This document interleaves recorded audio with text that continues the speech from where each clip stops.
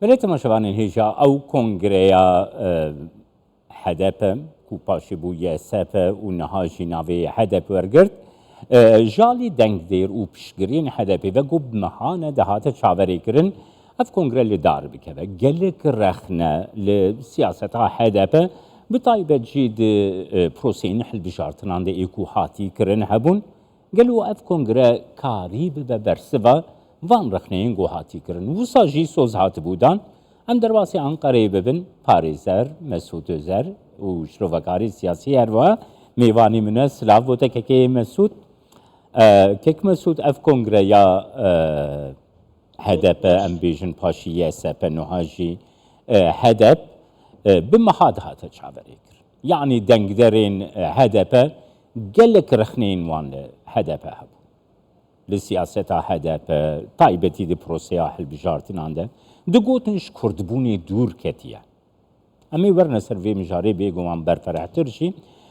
گلو اف کنگره بو برسه و وان رخنیان بریز özer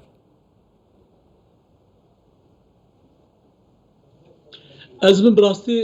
tişteka baş ê bû ji ber ku ji sala notî heta îro nîzîkî 10 partî hatibûn avakirin bînin bîra xwe hep Özdeb, Deb, Dehab, Hadep wekî din DTP û HDP Yeşil Sol Parti yani Partiya Çep û Kesk bi rastî bin ji ber ku HDP derheqê wê de mijara girtinê hebû ji ber wekî li Anayasa Mahkemesî dava got doza girtinê hebû ji ber wekî wî bi navê YSP ketin hilbijartinên gelek insan xeletî jî çêbûn yani ji ber ku Sol Parti milat gelek raya xwe dana Sol Parti Yeşil Sol Parti hin kêmasî hin problem çêbûn ji ber wê çendê ev navê hedef cihê xwe de çêbû ev guhertinek baş çêbû بله کک مسعود زانی گوهرتن تنی بنوا چه نابن یعنی گوهرتن به وی آوایی چه دبن گوتو بکاره به برسوا داخواز و هیوین دنگ درین خواه گلی گوت دنگ جی وردگره پوتانسیلا خواه یعنی اف کنگره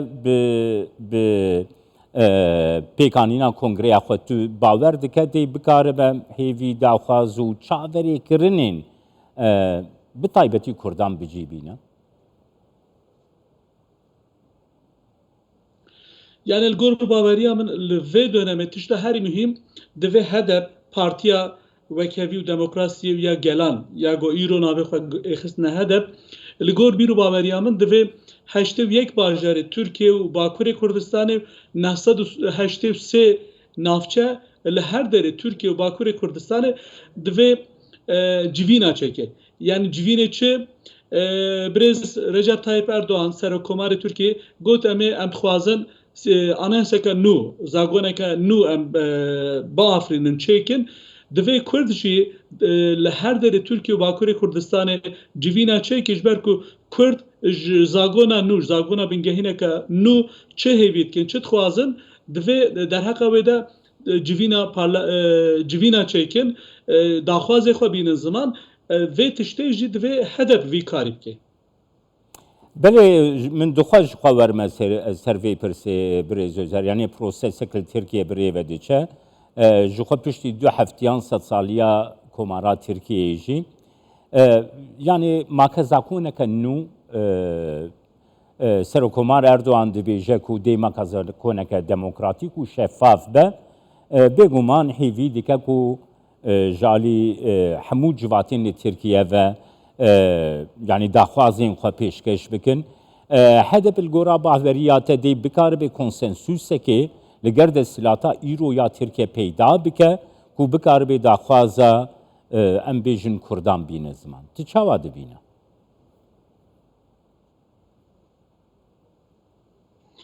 yani rastî divê hem hedef derheqa wê de daxwazê xwe bi vekirî eşker her tiştê xwe zelal bîne ziman hem jî têkiliyê xwe û AK Parti û em bêjin yego îro Tirkiye birêve bin Cumhurî İttifaqı divê xwe bigihîne we daxwazê Kurda çi ne zagona bingehîn 100 sala bir gelekî êş û elem Kurda gelekî kişand lê ev 100 salê pêşeme de ji ber ku ev êş û elem newin kişandin divê derheqa wê de hedef daxwazê xwe bînin ziman yani gor baveriya min weke ku Kurdekî weke ku parêzerekî hem welatiyê Tirkiye ez di sê tiştê gelekî giring bînim. Yek anayasa xala 66 ku her kesî Tirk hesibîne heyra em hem welatiyê Tirkiye li bele em ne Tirkin em Kurdin. Divê derheqa wê de sadî sad guhertinek çêbe ew yek. Ya di duwa jî wekî din tişta herî mühim belkî derheqa zimanê Kurdî de anayasa xala çili du duwa derheqa wê de perwerde zimanê Kurdî divê werê dayîn. Her du xal gelekî mühim ez dibînim. Wekî din jî tabii gelek tiştê dîje em karim bêjin lê serekî serê awilde her du tiştê gelek mühim ez dixwazim û her du kabînim ziman divê hedef jî ka anayaseke nû yeka bakazagoneke nû çi dixwaze ji ber wê yekê min got tevahî Tirkiye û Bakurê Kurdistanê de divê civîna çêke ka Kurd ji anayaseka nû çi hêvî dikin çi dixwazin wa bêxin raporek wa navendê jî li gor wê berdevkiya va daxwazê Kurda hedef va daxwaza bike xwe bigênin AK Partiye. Spas botem, Birêz Mesut Özer ji Ankara'l gelme.